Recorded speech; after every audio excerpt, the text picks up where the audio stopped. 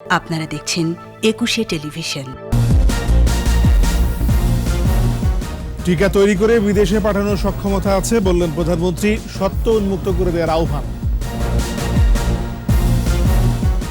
মঙ্গলবার থেকে বস্তিতে টিকাদান, জানুয়ারির মধ্যে 12 কোটি মানুষকে ভ্যাকসিন দেওয়ার লক্ষ্যমাত্রা।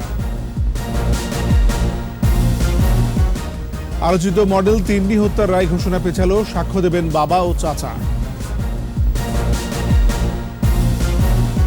কথা সাহিত্যিক হাসান আজিজুল হক আর নেই, ভক্ত শুভানুধ্যায়ীদের শোক।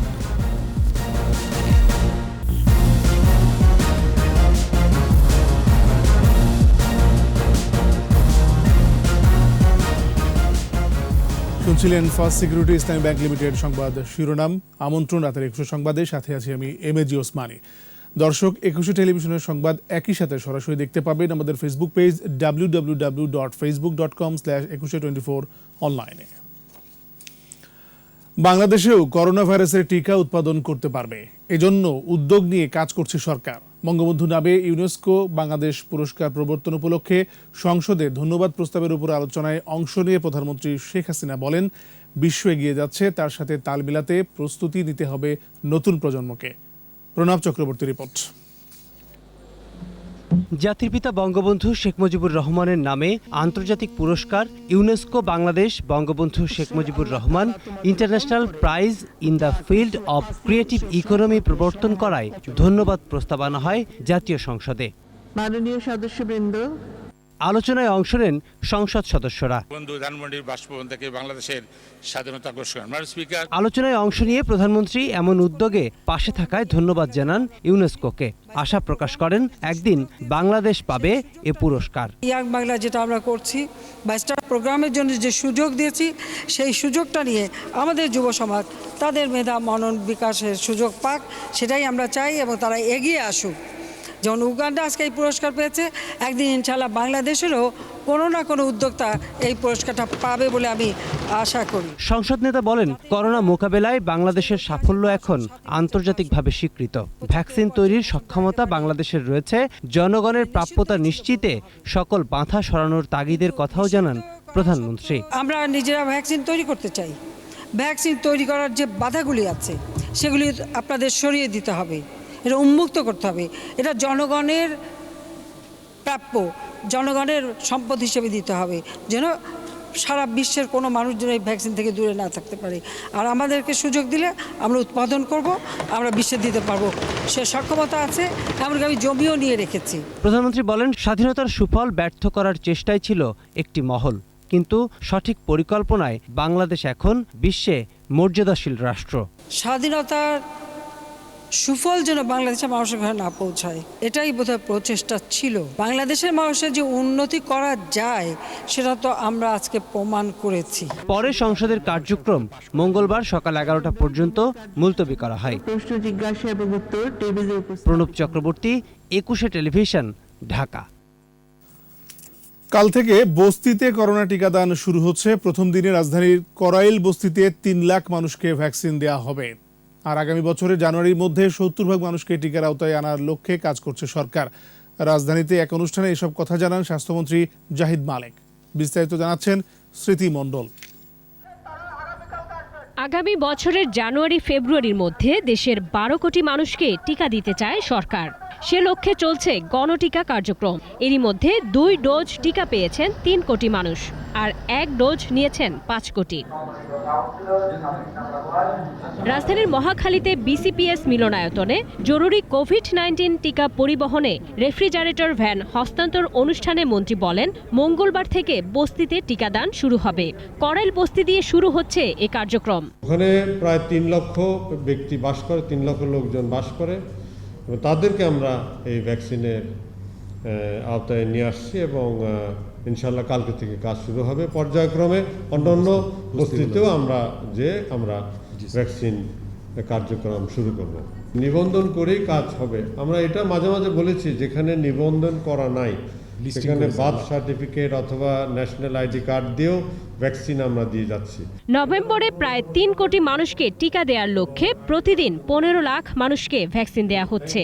তবে টিকার বর্তমান মজুদ হিসেবে জানুয়ারি ফেব্রুয়ারি পর্যন্ত ১০ কোটি মানুষকে টিকা দেওয়ার সক্ষমতা আছে বলে জানান স্বাস্থ্যমন্ত্রী। যদি সব ঠিক থাকে ৮-৯ কোটি এবং ১০ কোটি পর্যন্ত যেতে পারি, সেটা আমাদের ভ্যাকসিনেট হয়ে গেলে পরে ভালনারেবল পপুলেশন তো মোটামুটি কাভারেজ হয়ে গেছে, এবং এই হারে যদি আমরা টার্গেট ১২ কোটি রাখি, তাহলে পরে আমাদের কিন্তু বাই জানুয়ারি আমাদের প্রায় 60% দেওয়া হয়ে যাবে, 70% দেওয়া হয়ে যাবে।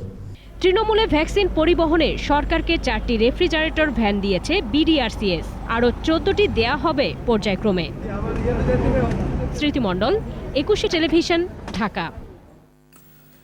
সংবাদপত্র দেখে বাবা জানলেন মেয়ে হত্যার রায় সোমবার, অথচ মামলার সাক্ষী হওয়া সত্ত্বেও পাননি কোনো সমন। আলোচিত মডেল তিন্নি হত্যা মামলায় এমনটি ঘটেছে। তবে আদালতে উপস্থিত হয়ে সাক্ষ্য গ্রহণের আবেদন করলে ঢাকার ৭ম অতিরিক্ত জেলা ও দায়রা জজ কেশব রায় চৌধুরী তা মঞ্জুর করেন। মানিক শিকদারের রিপোর্ট। পেরিয়ে গেছে ১৯টি বছর, আলোচিত মডেল তিন্নি হত্যা মামলার সুরাহা হয়নি এখনো। ২০০২ সালে ১০ নভেম্বর রাতে কেরানীগঞ্জের বুড়িগঙ্গা নদীর চীনমৈত্রী সেতুর পিলারের পাশে মডেল তিন্নির মরদেহ পাওয়া যায়। মামলার একমাত্র আসামি জাতীয় পার্টির সাবেক সংসদ সদস্য গোলাম ফারুক অভির বিরুদ্ধে ২০১০ সালে অভিযোগ গঠন করা হয়। এরপর দিন গণনার পালা। মামলার শুনানি হয়, তারিখ পরে অপেক্ষা শেষ হয় না। অবশেষে ১৫ নভেম্বর রায় ঘোষণার দিন ধার্য হয়। অথচ বাদীপক্ষের সাক্ষী হয়েও কোনো সমন পাননি তিন্নির বাবা। পত্রিকার সংবাদ দেখে জেনেছেন মামলার রায়ের কথা, আর তাই আদালতে উপস্থিত হয়ে সাক্ষ্য গ্রহণের আবেদন করেন তিন্নির বাবা ও চাচা। আইনের প্রতি শ্রদ্ধা আছে, যেহেতু এটার ওনারই তিন্নি হত্যা মামলার পুঙ্খানুপুঙ্খভাবে এটা তদন্ত করেছে, ওই তদন্তের রায় আমরা মেনে নেব। আসামি পক্ষের আইনজীবী বলেন তাদের পূর্ণাঙ্গ সাক্ষ্য গ্রহণ করা হয়নি, তাই এই আবেদন। সাক্ষী দিতে পারে নাই, কিন্তু তারা চলে গেছে যে আর যোগাযোগ করতে পারে যে অসুস্থ বয়স্ক মানুষ, সেহেতু আজকে আদালতে আসছে, ওপেন আদালতে এসে আমাদের কাছে এবং আদালতকে বলেছে যে আমরা সাক্ষী দেব। আবেদনের পরিপ্রেক্ষিতে ঢাকার ৭ম অতিরিক্ত জেলা ও দায়রা জজ কেশব রায় চৌধুরী আগামী ৫ জানুয়ারি সাক্ষ্য গ্রহণের দিন ধার্য করেন। মানিক শিকদার, একুশে টেলিভিশন, ঢাকা। অবৈধ সম্পদ অর্জন ও তথ্য গোপনের মামলায় ৮ বছরের কারাদণ্ডের বিরুদ্ধে সাবেক স্বরাষ্ট্র প্রতিমন্ত্রী লুৎফুজ্জামান বাবরের করা আপিল শুনানির জন্য গ্রহণ করেছে হাইকোর্ট। একই সঙ্গে অর্থদণ্ড স্থগিত করেছেন। তবে বহাল আছে রাষ্ট্রের অনুকূলে $10 লাখ বাজেয়াপ্ত করার নির্দেশ। শাকির আরজু রিপোর্ট। ২০০৭ সালের ২৮ মে সেনা সমর্থিত তত্ত্বাবধায়ক সরকারের সময়ে যৌথ বাহিনীর হাতে আটক হন লুৎফুজ্জামান বাবর। এরপর অবৈধ সম্পদ অর্জন ও তথ্য গোপনের অভিযোগে ২০০৮ সালের ১৩ জানুয়ারি রমনা থানায় দায়ের করা হয় মামলা। চার্জশিটে বাবরের বিরুদ্ধে আনা হয় ৭,৫,৯১,৮৯৬ টাকার অবৈধ সম্পদ রাখার অভিযোগ। দুদকে ৬,৭৭,৩১,৩১২ টাকার সম্পদের হিসাব দাখিল করেছিলেন বাবর। ১২ অক্টোবর ঢাকার বিশেষ জজ আদালত ৭-এর বিচারক মোহাম্মদ শহীদুল ইসলাম পৃথক ধারায় ৫ ও ৩ বছরের কারাদণ্ড দেন। একই সঙ্গে ১০,০০০ টাকার অর্থদণ্ডও দেন। পরে এর বিরুদ্ধে তিনি হাইকোর্টে আপিল করলে বিচারপতি মোহাম্মদ সেলিমের একক বেঞ্চ তা গ্রহণ করেন। আপিলটি যেটা দাখিল করেছে সেটা শুনানির জন্য গ্রহণ করেছে। ২৬ লক্ষ টাকার যে ফাইনটা সেটা স্থগিত করেছে, কিন্তু যেটা মালিকানাবিহীন $10 লক্ষ প্রায় ৬ কোটি টাকার উপরে, সেই যেটি গুলশান ব্রাঞ্চ প্রাইম ব্যাংকে আছে, সেটাতেই রাষ্ট্র পরবর্তী যে বাজেয়াপ্ত করেছিলেন বিশেষ জজ আদালত, সেটা বাজেয়াপ্তই থাকলো। 10 ট্রাক অস্ত্র মামলা ও ২১শে আগস্ট গ্রেনেড হামলা মামলার মৃত্যুদণ্ডপ্রাপ্ত আসামি সাবেক স্বরাষ্ট্র প্রতিমন্ত্রী লুৎফুজ্জামান বাবর। এ দুটি মামলা এখন হাইকোর্টের ডেথ রেফারেন্স ও আপিল বিচারাধীন রয়েছে। বিচারিক আদালতের নথি আসার পরে এটা আমরা মেনশন করব, মামলাটি তড়িৎ গতিতে যাতে এটা শুনানি হয়। শাকির আরজু, একুশে টেলিভিশন, ঢাকা। চলে গেলেন ২১শে পদকপ্রাপ্ত কথাসাহিত্যিক হাসান আজিজুল। সোমবার রাত ৯:৩০টায় রাজশাহীর নিজ বাসায় বার্ধক্যজনিত কারণে মৃত্যুবরণ করেন তিনি। তার বয়স হয়েছিল ৮০ বছর। মঙ্গলবার বাদ জোহর রাজশাহী বিশ্ববিদ্যালয়ের কেন্দ্রীয় মসজিদে তার জানাজা হবে। এর আগে শ্রদ্ধা নিবেদনের জন্য মরদেহ রাখা হবে বিশ্ববিদ্যালয়ের শহীদ মিনারে, দাফন হবে বিশ্ববিদ্যালয়ের কবরস্থানে। রাজশাহী প্রতিনিধি বদরুল হাসান লিটনের রিপোর্ট, জানাচ্ছেন রত্না জামান। হাসান আজিজুল হক বাংলা ভাষার অন্যতম প্রধান কথাসাহিত্যিক। ৬০-এর দশকে আবির্ভূত এই কথাসাহিত্যিক তার সুঠাম গদ্য এবং মর্মস্পর্শী বর্ণনা ভঙ্গির জন্য প্রসিদ্ধ। জীবন সংগ্রামে লিপ্ত মানুষের কথকথা তার গল্প উপন্যাসের প্রধানতম অনুষঙ্গ। ১৯৬০ সালে পূর্বমেঘ পত্রিকায় একজন চরিত্রহীনের সপক্ষে গল্পটি প্রকাশিত হওয়ার পরপরই ব্যতিক্রমী কথাশিল্পী হিসেবে তার পরিচিতি। এরপর বিভিন্ন পত্রপত্রিকায় প্রকাশিত হতে থাকে তার গল্প উপন্যাস। হাসান আজিজুল হক ১৯৭০ সালে বাংলা একাডেমি সাহিত্য পুরস্কার লাভ করেন। ১৯৯৯ সালে ভূষিত হন ২১ পদকে এবং ২০১৯ সালে পান স্বাধীনতা পুরস্কার। সার্বজনীন সাহিত্য চর্চার স্বীকৃতি হিসেবে ২০১৮ সালের সাহিত্যরত্ন উপাধি লাভ করেন। ২০০৮ সালে পান কলকাতা থেকে আনন্দ সাহিত্য পুরস্কার। হাসান আজিজুল হকের জন্ম ১৯৩৯ সালের ২ ফেব্রুয়ারি ভারতের পশ্চিমবঙ্গের বর্ধমান জেলার জবগ্রামে। জীবনের বেশিরভাগ সময় তার রাজশাহীতে কেটেছে। ১৯৭৩ সালে রাজশাহী বিশ্ববিদ্যালয়ের দর্শন বিভাগে শিক্ষক হিসেবে যোগ দেন তিনি। এ বিশ্ববিদ্যালয়ে ২০০৪ সাল পর্যন্ত ৩১ বছর অধ্যাপনা করেন। তার মৃত্যুতে ভক্ত অনুরাগী শিক্ষক শিক্ষার্থীদের মাঝে নেমে আসে শোক। বাংলা সাহিত্যের বরপুত্র, রাজশাহী বিশ্ববিদ্যালয়ের গর্ব, জ্যোতির্ময় পুরুষ প্রফেসর হাসান আজিজুল হকের প্রয়াণে রাজশাহী বিশ্ববিদ্যালয়ের পক্ষ থেকে আমরা সবাই গভীরভাবে শোকাহত। মানবতার জন্য তার কাব্যকে নিবেদন করেছেন, দেশপ্রেমে উদ্বুদ্ধ করেছেন, শোষিত মানুষের পক্ষে কথা বলেছেন, তিনি মুক্তির কথা বলেছেন এবং তার এই কাব্যের মাধ্যমে তিনি অনন্তকাল বেঁচে থাকবেন। আমাদের সময়ে যে হাসান আজিজুল হককে আমরা পেয়েছি, এটা আমাদের জন্য একটা বিশাল পাওনা ছিল। অবসর গ্রহণের পর রাজশাহী নগরের ১৪ পায় আবাসিক এলাকায় বসবাস করে আসছিলেন এই কথাসাহিত্যিক। রত্না জামান, ২১ টেলিভিশন। নিচ্ছি সংবাদ বিরতি। যখন ফিরছি তখন অন্যান্য খবরের সঙ্গে আরো থাকবে। ইউপি নির্বাচন প্রতিযোগিতামূলক হয়েছে, মাহবুব তালুকদারের বক্তব্য শালীনতা বহির্ভূত বললেন সিসি। আবারও আমন্ত্রণ রাতের ২১ সংবাদে। বাংলাদেশকে ৫ কোটি ৪০ লাখ পাউন্ড সহায়তা দিচ্ছে যুক্তরাজ্য। বাস্তুচ্যুত রোহিঙ্গাদেরও প্রত্যাবর্ষণ ত্বরান্বিত করতে আগামীতে পাশে থাকার অঙ্গীকারও করে দেশটি। বাংলাদেশ যুক্তরাষ্ট্র সংলাপে দুদেশের উষ্ণ সম্পর্ক আরও দৃঢ় করার প্রত্যয় ব্যক্ত করা হয়েছে। মোহাম্মদ নুরুন নবী রিপোর্ট। বাংলাদেশ যুক্তরাজ্যের কূটনৈতিক সম্পর্কের ৫০ বছর পূর্ণ হতে যাচ্ছে। অংশীদারিত্ব অগ্রগতি সংলাপে আরও দৃঢ় বন্ধুত্ব ও উন্নয়ন অগ্রযাত্রায় পারস্পরিক উষ্ণ সম্পর্ক বজায় রাখতে চায় দুই দেশ। On enhancing our engagements with the global Britain on its identified areas of strength in education, science and innovation. বাংলাদেশের উন্নয়নে ব্রিটেন নিবিড়ভাবে কাজ করতে আগ্রহী উল্লেখ করে দেশটির দক্ষিণ এশিয়া বিষয়ক মন্ত্রী লর্ড তারেক আহমেদ বলেন, বাংলাদেশকে ৫৪ মিলিয়ন পাউন্ড সহায়তা দেওয়া হচ্ছে। Detailed and fruitful exchanges and an agreement to now have further technical discussions with certain key institutions in the United Kingdom. But I would say this also, it's of benefit not just to the two countries, it's of benefit to global communities. I think we live in a very global world now. বাস্তুচ্যুত রোহিঙ্গাদের আশ্রয় দিয়ে বাংলাদেশ বড় একটা বৈশ্বিক challenge কাঁধে তুলে নিয়েছে। রোহিঙ্গাদের প্রত্যাবর্ষণ প্রক্রিয়া ত্বরান্বিত করতে পাশে থাকার অঙ্গীকার করেছে যুক্তরাজ্য। And the impact it is having on Bangladesh, including growing insecurity in Cox's Bazar. We must work together, and I stand very much with Bangladesh. Our country, the United Kingdom, stands with you. Let me assure you, as a permanent member of the Security Council, we are pressing for this at that very forum. উন্নয়ন ও অগ্রযাত্রা টেকসই করতে শক্তিশালী বিরোধী দল, সুশীল সমাজ ও গণমাধ্যম থাকা উচিত বলেও মন্তব্য করেন lord Tarique. And should always be transparent, because those two things ensure that democracy does prevail. So I think what Bangladesh has shown is a sustainability of democracy. জলবায়ু সংকট মোকাবিলায় বাংলাদেশের উদ্যোগের প্রশংসা করেন যুক্তরাজ্যের এই মন্ত্রী। The pillars of democracy are being strengthened. Mohammad Nurun নবী, একুশে টেলিভিশন, ঢাকা।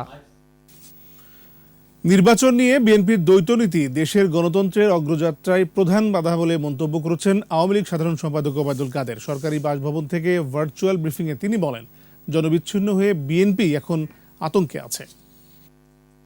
ধ্বংসের রাজনীতির উত্তরাধিকার বহন করছে বিএনপি।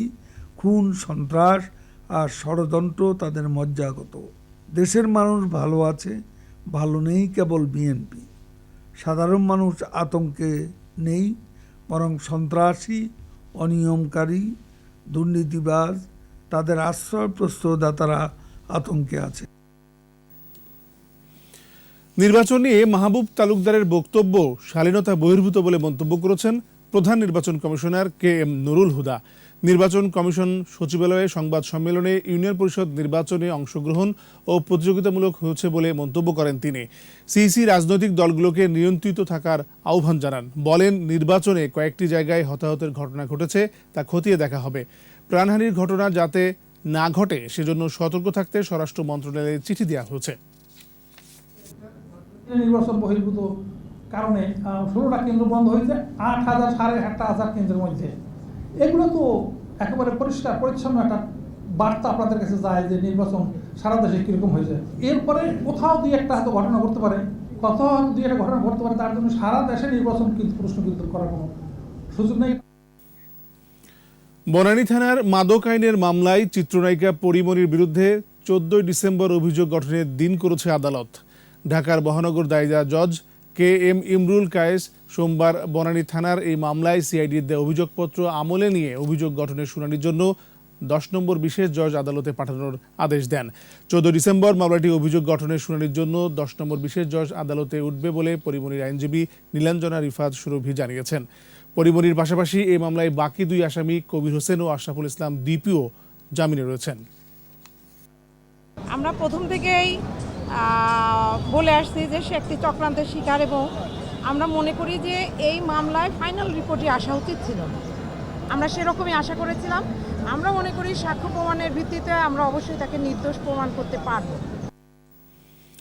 আবারও নিচ্ছি সংবাদ বিরতি। যখন ফিরছি তখন অন্যান্য খবরের সঙ্গে আরও থাকবে। তৃতীয় ওয়ানডেতে 7 উইকেটের জয়, জিম্বাবুয়েকে হোয়াইট ওয়াশ করল বাংলাদেশের নারীরা।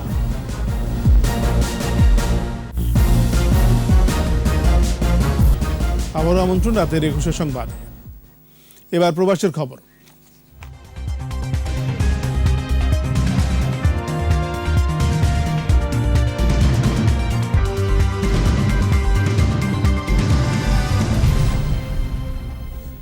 প্রবাসে বেড়ে ওঠা নতুন প্রজন্মকে দেশের সংস্কৃতির সঙ্গে পরিচিত করে দেওয়ার আহ্বান জানিয়েছেন সংযুক্ত আরব আমিরাতের দুবাইয়ে নিযুক্ত বাংলাদেশের consul general BM Jamal Hossain. আজমানে বাংলাদেশি লেডিস ইন UAE-র 2য় বর্ষপূর্তি ও নারী উদ্যোক্তা সম্মাননা অনুষ্ঠানে তিনি বিভিন্ন ক্যাটাগরিতে নারী উদ্যোক্তাদের সম্মাননা, ক্রেস্ট প্রদান ও সাংস্কৃতিক অনুষ্ঠানে বিজয়ীদের মাঝে পুরস্কার বিতরণ করা হয়। সভাপতিত্ব করেন লিজা হোসেন। সঞ্চালনায় ছিলেন পারভিন শারমিন ও নওরিন। আরব আমিরাতের বিভিন্ন প্রদেশ থেকে প্রবাসী বাঙালিরা এতে যোগ দেন।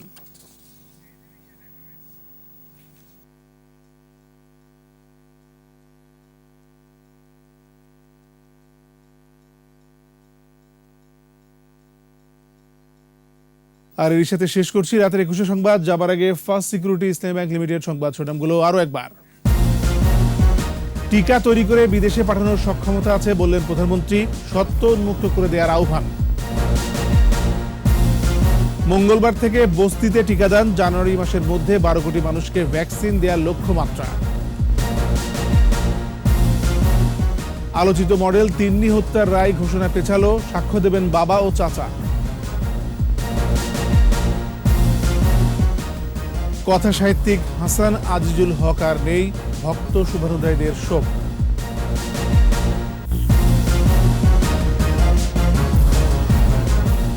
সর্বশেষ খবর জানতে ডায়াল করুন 202 নম্বরে আর ভিজিট করুন equity-tv.com ওয়েবসাইটে। এছাড়া ফেসবুকে ভিজিট করতে পারেন facebook.com/2124 অনলাইনে। 21-এর খবর দেখুন, 21-এর সাথেই থাকুন, স্বাস্থ্যবিধি মেনে চলুন, সুস্থ থাকুন।